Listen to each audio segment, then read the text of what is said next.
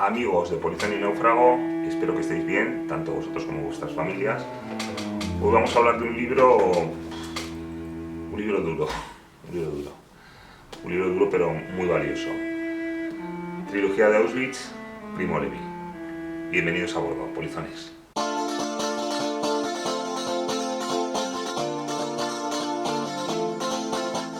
A ver, os cuento. Mi intención inicial era leerme exclusivamente Si esto es un hombre, que es el primero de los libros que componen esta trilogía. La trilogía se ha montado a posteriori. Lo que pasa es que en la edición de la trilogía costaba poquito más que comprar simplemente Si esto es un hombre. Así que dije, bueno, me compro el tomo grande con los 3 libros y me leo el primero y ya leeré más adelante los otros cuando sea, en otro momento. Lo que pasa es que al leerme el primero me enganchó tanto que he acabado leyéndome todos. Realmente voy a poner el acento en el primero de ellos, aunque meteré elementos de los otros dos. Entonces, ¿quién es Primo Levi? Lo primero de todos. Primo Levi era un químico nacido en 1919 y que, bueno, de familia judía, de origen judío, pero eran unos judíos acomodados que realmente no, digamos, no ejercían de tales, ¿no? De judíos. Simplemente, bueno, pues eran unos italianos más. Hay que entender algunas cosas, porque su padre perteneció al partido fascista en tiempos, ¿no? Y hay que entender un poquito el contexto, porque a veces se simplifican las cosas y hoy día, por ejemplo, la palabra fascista tiene una connotación peyorativa, ¿no? Y simplificadora, pero bueno, que viene bien pues cuando alguien quiere acusar a otro por de ser tiránico o dictador. En aquel momento el fascismo es una síntesis entre el socialismo, del que procedía Benito Mussolini, y el nacionalismo, que en el caso italiano no tiene ningún tinte racista. De hecho, bueno, tienen canciones como Facera Nera y otras que de cuando estuvieron en Abisinia y todo eso, pues que lo que buscan es integrar y bueno, una concepción no racista de la sociedad, digamos, ¿no? Racista en el sentido de su tiempo, quizá, pero no un racismo mayor que el que podía haber en Francia, en Dinamarca o en cualquier otro lado. Pero en principio no era racista. De hecho, en un primer momento, Mussolini actúa como de árbitro entre las naciones, el Reino Unido, Francia, la Alemania de Hitler, y hasta se enfrenta a la Alemania de Hitler para frenar la anexión de Austria por parte de esta. Lo que pasa es que luego la política de Mussolini dará un giro cuando vea cómo va adquiriendo un poder hegemónico Alemania y empieza ya su admiración, pasa del desprecio a la admiración, y es verdad que hay muchos elementos que ha tomado Hitler pues del propio fascismo, ¿no? A que sí que admira a Hitler, por otra parte. Y entonces ese giro llevará a que el fascismo asuma una serie de leyes antisemitas para contentar a los nazis. Si bien también hay que aclarar que una de las vías de escape de los judíos durante la Guerra Mundial va a ser Italia y los territorios controlados por Italia. Entonces, bueno, porque las leyes, aunque están ahí, pues en su ejecución son muy laxos. Otra cosa es cuando los alemanes ya tomen Italia y entonces ya, claro, apliquen sus propias normas, ¿no? Racistas y antisemitas. Entonces hay que entender que por qué el padre de Primo Levi, como tantos otros judíos, pertenecía al partido fascista. Bueno, aproximadamente he leído en alguna parte, no recuerdo dónde, que 1/3 de los judíos en Italia pertenecían al partido fascista. De hecho, en 1933, Julián Marías hace un crucero por el Mediterráneo, que he nombrado en algún otro vídeo, no recuerdo en cuál, pero bueno, hace un crucero por el Mediterráneo con universitarios de España y con profesores de la Universidad de España entonces, y uno de los sitios donde paran es Italia. Y allí, por ejemplo, narra en su diario Julián Marías cómo conoce a un niño en Valilla, que son los niños de las juventudes o el grupo infantil de los fascistas, que es judío.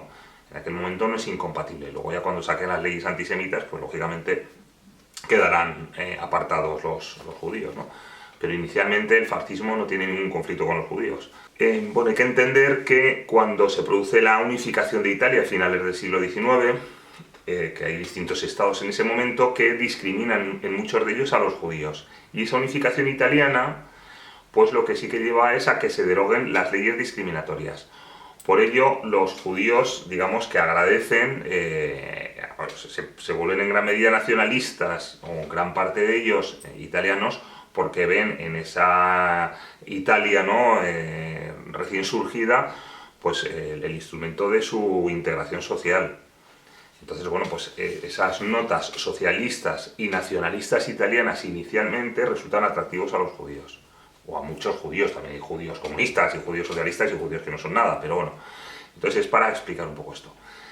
Bien es cierto que cuando Primo Levi es detenido en 1943, ahora explico un poquitín, pues ya esto ha cambiado porque, como he comentado, cambia la legislación italiana para contentar al nuevo aliado, a Hitler, y bueno, y entonces Primo Levi, que en principio no había tenido conciencia de su judaísmo especialmente, porque no es una familia practicante, pues es cuando asume ya su condición de judío porque ya le están señalando como tal. La cuestión es que se une a un grupo como partisano, aunque él no explica en ningún momento que cometía ningún tipo de acción armada, pero bueno, se echan al monte.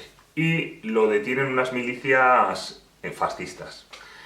Él comete un error, él reconoce que comete un error, porque cuando tiene que justificar por qué está por allí, en vez de buscar cualquier otra razón que hubiera sido mejor, pues lo que dice se identifica como judío. Entonces, en esos momentos, ya finales, en el 13 de diciembre en concreto del 43, estas milicias fascistas lo entregan a los alemanes, que lo llevan a Auschwitz. En el campo de concentración de Auschwitz lo internan en febrero del 44. Entonces estará hasta enero del 45, es decir, prácticamente un año en que las tropas soviéticas pues ocupen aquello y liberen Auschwitz. Si esto es un nombre, lo escriben nada más regresar a Italia. De hecho, lo publicarán en 1947. Bueno, el regreso, no he explicado, el regreso le cuesta 9 meses, que es el segundo de los libros. El primer libro es Si esto es un hombre, el segundo se llama La tregua, que narra ya sus peripecias hasta que puede volver a Italia, a Turín, y el tercero de los libros es Los hundidos y los salvados, que ahí ya hace una reflexión en torno a la experiencia del campo de concentración. Pero ahora voy a atender al primero, Así esto es un hombre. Como digo, lo publica en 1947, se imprimen 2.500 ejemplares y 600 quedan en el almacén, porque es un fracaso editorial, digamos. Hasta que se estropeen con unas inundaciones o no sé qué, se estropeen más de una década más tarde. En principio no tiene ningún eco este libro. Sin embargo, 10 años más tarde se reeditará y ahí ya sí que la sociedad ha cambiado y ya sí que está dispuesta a detenerse ante el hecho de los campos de exterminio. ¿Por qué inicialmente no es así? No tiene ningún eco, ninguna repercusión. Lo primero, acaban de salir de la guerra y la gente quiere mirar para adelante, quiere reconstruir el país y pasar página.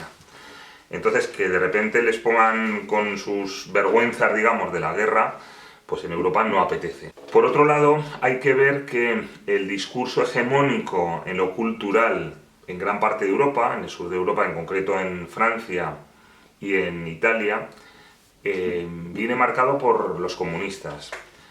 Y los comunistas lo que sí que resaltan mucho es la persecución que han sufrido los comunistas con el régimen nazi y sus aliados. Pero la cuestión judía queda aparcada porque no interesa.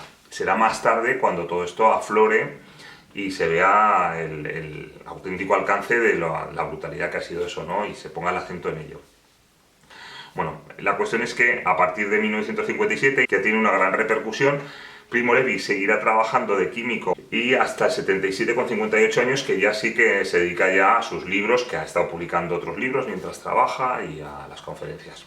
Morirá en 1987, creo que es el año, en principio suicidándose. Se tira por el hueco de una escalera, o hay amigos de él que lo que dicen es que es una caída, que no es un suicidio. Bueno, eso nos quedará la incógnita, pero de todas formas, en Los hundidos y los salvados se apuntan a las razones que han podido llevar a este suicidio y que comentaré al final. Caso de ser suicidio, que está por ver, pero bueno, ahí queda la incógnita. Lo primero que hay que decir de Si esto es un hombre, que es el primer libro de la trilogía, en el que da testimonio de su experiencia personal en el campo de concentración de Auschwitz.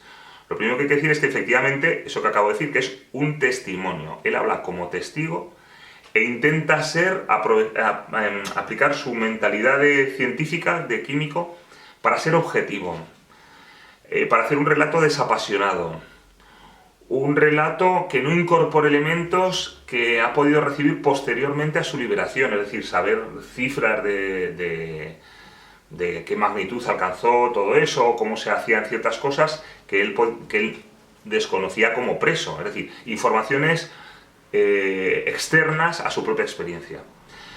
Entonces sí que hace un gran intento, un gran esfuerzo por objetividad. ¿Por qué? Porque sabe que en eso se juega la verosimilitud de su relato.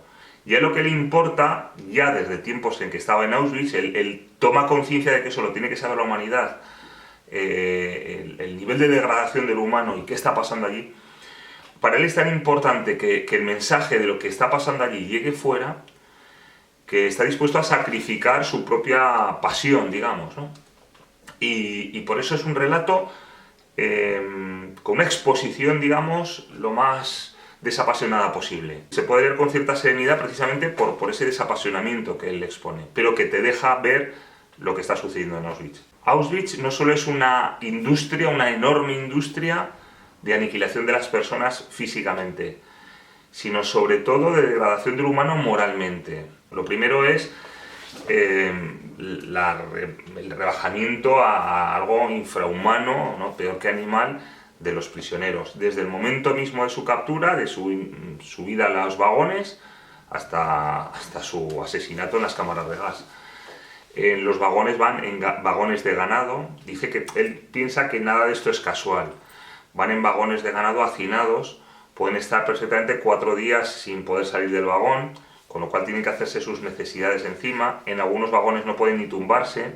Bueno, hay gente cuando abre los vagones que ha fallecido directamente. Sus necesidades, en los que se pueden mover algo, pueden acabar en un rincón, pero con un olor horroroso. Y en otros pues es que es directamente encima. Las tensiones que se viven dentro de un vagón, de una situación así, que falta el aire, que luego está pues el instinto egoísta de cada uno, y ya cuando llegan a Auschwitz pues ya está la selección de los que van a morir y los que no, y la desnudez, o sea, el despojamiento de todo, el despojamiento de su propia identidad personal. Bueno, se les echa, los desinfectan de mala manera y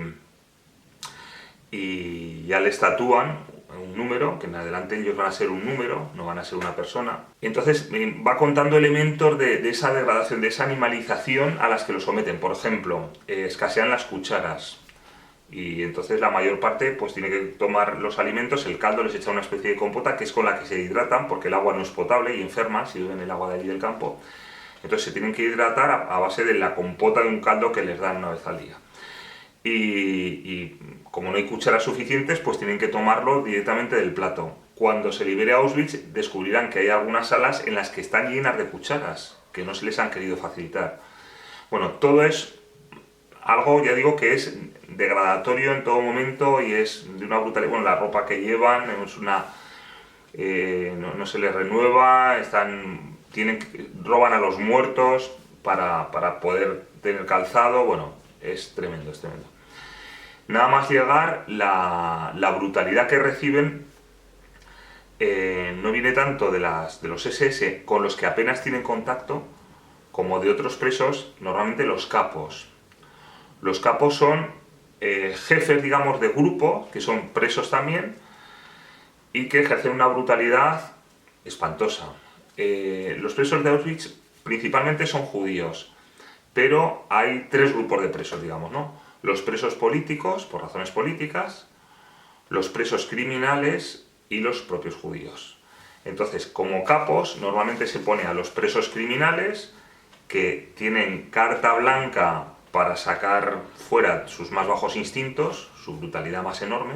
Algunos presos políticos, que también en la medida en que desatan esa miseria, pues se les toma como capos, y algunos judíos que tienen que demostrar ser más brutales que nadie para conservar ese estatus de capo, pues si no lo pierden. Tienen la esperanza, lógicamente, de que eso les va a poner a salvo de las cámaras de gas. Finalmente no es así, los capos acaban pasando por las cámaras de gas más tarde o más temprano. Pero en principio consiguen un estatus privilegiado dentro del campo, y esa es una cuestión que va a abordar Primo Levi, y es que realmente los supervivientes de los campos de concentración, en su inmensísima mayoría, son los que han conseguido un puesto privilegiado. Entonces, el testimonio que nos llega y que él mismo reconoce que se puede transmitir desde un campo de concentración es de esos privilegiados, puesto que la cantidad de alimentos, por ejemplo, que le suministran es insuficiente totalmente para la supervivencia. Luego solo el que consigue robar, el que consigue ocupar un puesto dentro del campo que le sustraiga a los trabajos más extremos y que le proporcione calorías y alimentos extras, son los que pueden sobrevivir. Pero la gran masa, la gran mayoría, no pueden y mueren, muchos mueren antes de las cámaras de gas, mueren de puro agotamiento y de enfermedades y de todo. Y luego de las cámaras de gas. Entonces, solo el que puede salir del circuito general es el que puede sobrevivir. Entonces, hay una selección de lo peor. De lo peor. Pero en esa selección de lo peor no pensemos que son gente que viene de fuera necesariamente que ya eran malvados, sino es el propio instinto de supervivencia el que lleva a buscarse la vida para subsistir. Y entonces se encuentra que en ese hábitat buscarse la vida es pues estar dispuesto pues eso, a robar, a engañar, a buscar escaquearse, en fin, todo lo que en la sociedad normal es negativo, pues ahí es el arma de supervivencia. Entonces, por eso digo que es una maquinaria de degradación del humano. Una de las primeras experiencias que tienen nada más entrar en el campo es la de ser agredidos por otro preso. Le pasa, por ejemplo, a Primo Levi, que hay un preso gordo y grandote y tal, que se supone que es un capo. Primo Levi, bueno, están deshidratados totalmente, llevan días sin poder beber agua y coge un caramano de hielo para humedecerse la boca. Y este preso grandote y tal se lo arranca, lo tira y le empuja. Y Primo Levi pregunta, ¿por qué? O sea, no perjudica a nadie, ¿por qué? Entonces le responde, aquí no hay porqués. Y ahí se entiende la lógica irracional dentro del sistema bien pensado que tiene el campo de concentración. La lógica irracional que impera dentro del campo, o sea, es la pura brutalidad, es la pura voluntad de poder en el peor de los sentidos, voluntad de dominio y de sometimiento del otro. Bueno, cuenta más ejemplos de cosas que pasan en los campos, por ejemplo, la capacidad de resistencia dice que se va anulando, o sea, se anula rápidamente, entre otras cosas, cuanto mayor es el sometimiento, la brutalidad que se emplea con los presos y la menesterosidad de ellos en cuanto a la falta de recursos de subsistencia y tal, mayor es el alineamiento con el funcionamiento de ese campo. Entonces dice que para tener cierta capacidad de resistencia hace falta disponer de cierta energía, que normalmente solo tienen los recién llegados o los que tienen un estatus privilegiado. La resistencia por parte del preso común es imposible. Cuenta el ejemplo de uno que llega al campo y cuando les van a servir la comida y tal, le pega un golpe, le golpea a algún capo o algo así, ¿no? Y este responde al golpe, ¿no? Devuelve así el golpe, el empujón. Bueno, se juntan, se acercan todos los capos y tal y lo ahogan dentro del puchero de la comida. Es decir, cualquier conato de respuesta, ya no digo de rebelión, pero de autoafirmación, es inmediatamente sofocado. Cuenta también el caso de uno que tiene una capacidad física impresionante, es un animal, es un corto mental, pero con una brutalidad bastante, o sea, unos instintos de bestia bastante marcados. Bueno, acaba de capo. Entonces dice, una persona que en la sociedad normal jamás se había integrado, que había sido marginal totalmente, en este mundo de irracionalidad, sin embargo, es el que sobrevive, es el que subsiste. Sin embargo, el que se plantea cuestiones morales, el que, digamos, trata de obrar según un código ético común, está condenado allí, o sea, muere. Claro que como el ser humano es un ser moral, lo que se da cuenta Primo Levi, y se dan cuenta los propios presos, es que se están deshumanizando. Entonces, una de las grandes perversiones que dice que tienen los campos de exterminio es que la víctima ni siquiera se le deja morir o acabar con ella como tal víctima, sino que se la arrastra a una complicidad con el sistema del campo de manera que pierda toda inocencia. O sea, ni siquiera se deja, digamos, en su pureza de víctima a la víctima, sino que primero se la vacía de su condición de pureza y una vez que ya está degradada es cuando ya se acaba con ella. Bueno, voy a leer iba a intentar, tengo muchas citas recogidas, pero voy a intentar no meter citas, en la medida de lo posible, pero sí que voy a recoger esta, que dice, hemos aprendido que nuestra personalidad es frágil, que está mucho más en peligro que nuestra vida, nuestra propia personalidad. y que los sabios antiguos, en lugar de advertirnos, acordaos de que tenéis que morir, mejor habrían hecho en recordarnos este peligro mayor que nos amenaza. Si desde el interior del campo algún mensaje hubiese podido dirigirse a los hombres libres, habría sido este: no hagáis nunca lo que nos están haciendo aquí. O sea, el peor peligro no es que acaben con su vida, sino que acaben con su alma, digamos. Esto recuerda a... He puesto una cita evangélica, él no era creyente, Primo Levi, pero he puesto una cita evangélica de Mateo 10, 28, que dice: no tengáis miedo a los que matan el cuerpo, que al alma no pueden matarla. Temed más bien a aquel que puede perder el alma y el cuerpo en la Gehenna, en la condena del infierno, digamos, ¿no? Requisitos para sobrevivir en el campo: entender el alemán, fundamental. Los que no lo entendían, todas las instrucciones se dan en alemán, no había el menor esfuerzo porque comprendieran los presos. O sea, se les consideraba totalmente inútiles aquellos que no entendían las órdenes. Entonces estaban perdidos, nadie les aclaraba a nadie. Nadie les aclaraba nada. Entonces, entender el idioma, obedecer totalmente, obedecer. Buscar un sitio de privilegio corrompiendo la condición moral. Intentar aparcar recuerdos, anhelos y otras cuestiones. Es decir, vivir el aquí y ahora, o sea, sobrevivir hoy, sobrevivir hoy, sobrevivir hoy. En el libro describe cómo cuando llegan nuevas remesas de presos, tienen que hacer espacio. Y entonces siempre van seleccionando para los trabajos a los más fuertes, a los que están más débiles, bueno, los eliminan. Por ejemplo, de la remesa de presos que llegan cuando llega Primo Levi, italianos, llegan 550, acaban sobreviviendo al final del periodo de Auschwitz solo 5. Pero es que nada más llegar a los ancianos y a los niños ya los llevan a las cámaras de gas. Bien, pues como digo, cuando van llegando nuevas remesas de presos, tienen que hacer hueco. Entonces hacen una selección entre los que estaban en el campo, a ver quién está más enfermo, más debilitado, y se los pulen. Los desnudan, se tienen que cerrar en los barracones y tienen que ir saliendo uno por uno, corriendo, claro, intentan hacer alarde de vigor físico. En esta selección, pues como es muy rápida, bueno, pues a veces digamos que el nazi que tiene que hacer la selección rápidamente, pues puede cometer errores porque son números al final. Entonces se le puede pasar, que alguno que no esté muy sano se le puede pasar como sano, y alguno que está sano, pues se le puede mandarlo a la cámara de gas. Es lo que sucede, por ejemplo, cuenta de un caso, y a mí esta me ha impactado especialmente. Hay un anciano, un hombre mayor ya, que se llama Kuhn, K-U-H-N, Kuhn, que en esa selección, que es, bueno, es tremendo, o sea, porque claro, es una competencia entre ellos, como los rumores que circulan de no, esta vez van a coger a los que son así, cada uno intenta montarse la película de cómo puede ser salvado. Bueno, pues este hombre está en el proceso de selección, y uno de los que ha hablado también sobre él, que se llama Beppo, pues lo han seleccionado en el grupo de los que van a ir a la cámara de gas. Y este hombre mayor, el Q, pues se libra, ¿no? Entonces dice que ya cuando han hecho la selección de quiénes van a ir para un lado y quiénes para otro, porque ellos ya se dan cuenta de los dos grupos, qué grupo va para cada lado, dice que en la camareta enorme en la que está él se hace silencio, y dice: desde mi litera, que está en el tercer piso, se ve y se oye que el viejo Kurt reza en voz alta, con la gorra en la cabeza y oscilando el busto con violencia, en plan como los judíos, ¿no?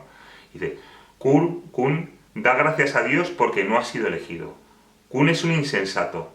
¿No ve en la litera de al lado a Beppo, el griego, que tiene 20 años y pasado mañana irá al gas, y lo sabe, y está acostado y mira fijamente a la bombilla sin decir nada y sin pensar en nada?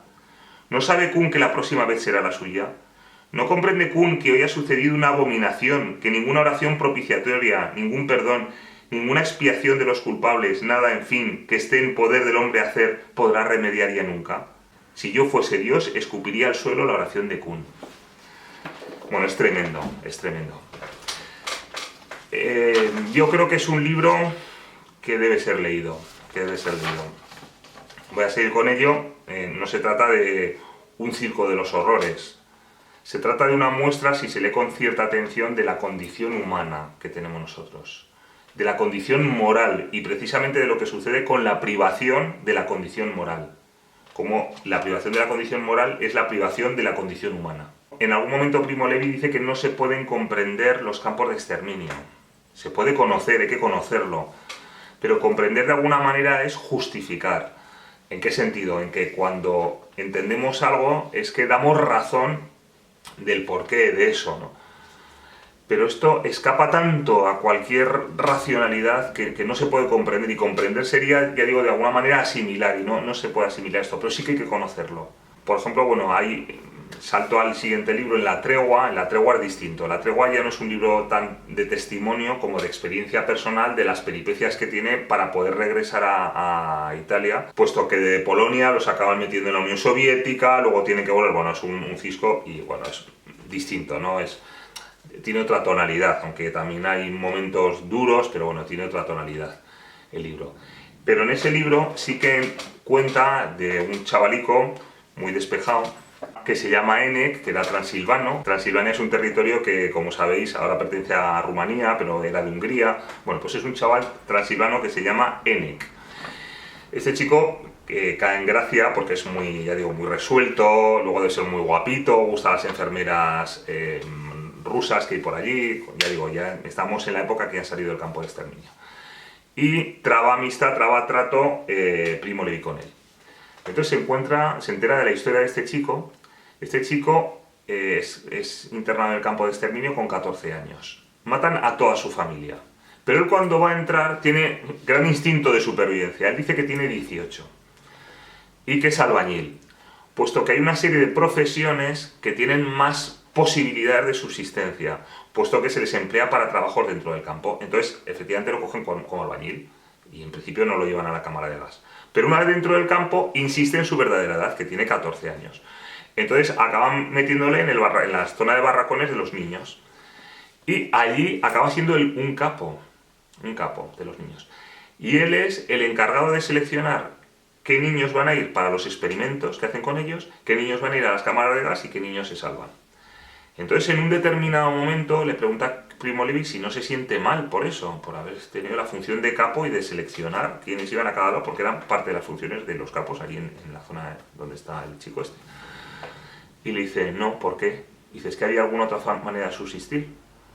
Entonces, claro, por eso lo que he apuntado al principio y que apunta al libro es que la manera de subsistir era terrorífica. Es un sistema tan degradatorio que aniquila todo lo que no degrada. Y aún así lo que degrada lo acaba aniquilando también. Y es un chaval, ya digo, que no es un chaval, un psicópata ni nada parecido. Es un chaval resuelto, un chaval alegre, con ganas de vivir. Y bueno, es así de tremendo. Con esto no quiero decir que no haya gente bondadosa, ni que estas personas que acaban en esta situación no fueran originalmente bondadosas. Sí que Primo Levi cita a alguna persona pues que es especialmente generosa, que acaba muriendo a lo mejor, pero que dice que les pone a salvo, digamos, de recordar qué es la condición humana, esas personas generosas, esas personas bondadosas. Y digamos que son pues la última válvula de oxígeno que les queda a su condición moral, cuando contemplan cómo actúan. En el último libro de la trilogía, Los hundidos y los salvados, ya ahí sí que ya no se limita a un mero testimonio, sino que el libro más bien pone el acento en una reflexión, lo que no ha hecho en el primero, que simplemente ha expuesto lo que va pasando en el último, pues sí que analiza, ¿no? Y hace una reflexión, una valoración sobre lo que pasa. Yo creo que, digamos, filosóficamente, para eso es el que más puede aportar, ¿no? Unas reflexiones filosóficas. No voy a entrar en este vídeo, os recomiendo de verdad que lo leáis. Creo que es mejor ir a la fuente y no que yo lo exponga. Sí que habla de la llamada zona gris. La zona gris es esa zona en la que las personas que no han deseado que exista eso, es decir, no son los promotores de los campos de exterminio, no son sus diseñadores, son, digamos, las víctimas, que sin embargo se han tenido que adecuar a esa maquinaria, se han tenido que renunciar, digamos, a parte de su condición moral para poder subsistir. Entonces están en esa zona gris. Esa zona gris les lleva, como al propio Primo Levi, que en ningún momento digamos que comete pecados de acción, pero sí que es consciente de que los ha cometido de omisión a la hora de poder prestar ayuda a uno que entra, o sea, en algunos momentos sí que lo hace, pero está el agotamiento que al final es la búsqueda de la propia subsistencia en el límite de la extenuación. Entonces ese abrirse a los demás es muy difícil. Y yo creo que la condición humana, ya digo, que asoma en cada renglón, ¿no? Aquí. Bueno, pues en esa zona gris, los que han subsistido normalmente han pasado por esa zona gris, ya digo que subsisten los privilegiados. Y Primo Levi lo que dice es que hay un peso de la vergüenza, ¿no? De la vergüenza, cuando mira uno a las personas que han muerto, siente vergüenza ante ellas, pero a la vez esa vergüenza, hasta cierto punto culpable, no admite ser juzgada por los demás, por los que no han estado allí, por los que desde una situación ajena a semejante sistema pueden hacer una valoración. Entonces, por una parte hay vergüenza, pero por otra parte entiende que solo alguien que hubiese pasado por eso puede entender y podría valorar la corrección o incorrección de lo que allí pasa. Bueno, en Los hundidos y los salvados cita al filósofo Jan Amery, austriaco, que bueno, fue capturado por la Gestapo, torturado y luego acabó en Auschwitz. Jan Amery dice: quien ha sido torturado lo sigue estando, dice en uno de sus escritos. Quien ha sufrido el tormento no podrá ya encontrar lugar en el mundo. La maldición de la impotencia no se extingue jamás. La fe en la humanidad, tambaleante ya con la primera bofetada, demolida por la tortura luego, no se recupera jamás. O sea, lo que reprocha es esa pérdida de la inocencia, esa pérdida de la esperanza en la condición humana a la que se somete al que acaba en manos de una tiranía como la nazi, ¿no? En este caso. Sí que, por ejemplo, Primo Levi insiste muchas veces, cosa que también hace Hannah Arendt, ya tuvimos un vídeo sobre ella, en la unicidad, ¿no? En la condición única de un fenómeno como el de los campos de exterminio. No quiere decir que no haya habido exterminios en la humanidad, pero sí, digamos, sujetos a una estrategia de guerra, no contrariamente a esa estrategia de guerra, que hace de traer recursos de la guerra para dedicarse a aniquilar a alguien que no es el enemigo directamente, que es concebido como enemigo en la cabeza de sus gestores, ¿no? Pero que no es real, no es el enemigo, lo tienen en la trinchera de enfrente, ¿no? Y de traer recursos de la guerra para eso es que no había precedentes, ¿no? Y en una escala industrial como la que fue Auschwitz. Bueno, el filósofo que acabo de nombrar, austriaco, Jan Amery, acabó suicidándose, hace una serie de reflexiones Primo Levi sobre esto, ¿no? Entonces, claro, Primo Levi dice que en el momento en que se llega a salir de esa situación de anulación, ¿no? De pura subsistencia, en cuanto se vuelve a tener cierto gobierno sobre sí mismo, a alimentarse, a tener ciertas fuerzas, entonces se produce una sensación dolorosa, punzante, por la degradación, ¿no? A la que se ha visto uno sometido. Creo que precisamente a este volverse atrás para mirar las aguas peligrosas, dice Primo Levi, se hayan debido los muchos casos de suicidio posteriores, a veces inmediatamente posteriores a la liberación. Primo Levi precisamente mira a esas aguas peligrosas en Los hundidos y los salvados, e inmediatamente después se produce su fallecimiento. Tenía tomadas muchas notas, muchas citas para deciros, pero bueno, se escapa la duración de un vídeo normal y yo de verdad lo que recomiendo es leer el libro. A ver, no es un libro que esté pensado para sufrir, o sea, tal y como lo cuento es un hecho tremendo. Pero yo creo que sí que es necesario, porque aunque solo sea para valorar el esfuerzo que hizo Primo Levi toda su vida, ¿no? De tratar de recordar, de tratar de reivindicar la memoria de lo que sucedió, precisamente por el temor a que se pudiera repetir. Porque una vez que se ha abierto una vía en lo humano, normalmente esas puertas que se abren ya nunca se cierran del todo. En el momento en que tenemos ya la bomba atómica, ya se pueden hacer más bombas atómicas. Entonces, solo estando en estado de alerta permanente, ¿no? Pues podemos tratar de ponernos a salvo de que algo así vuelva a suceder. Entonces, bueno, yo creo que es un libro para la reflexión, que ya digo que es más en la parte final, Los hundidos y los salvados, pero hay que pasar por si esto es un hombre para acercarse a esa realidad y luego reflexionar sobre ella, que es a lo que os invito. Es decir, solo abro una puerta a que vosotros mismos os animéis a leer y hacer estas reflexiones con Primo Levi, que por algo hizo el esfuerzo que mereció la pena, creo yo. Nos vemos en otro vídeo de alguna otra temática y cuidad de los vuestros y sed felices, polizones. Hasta otra.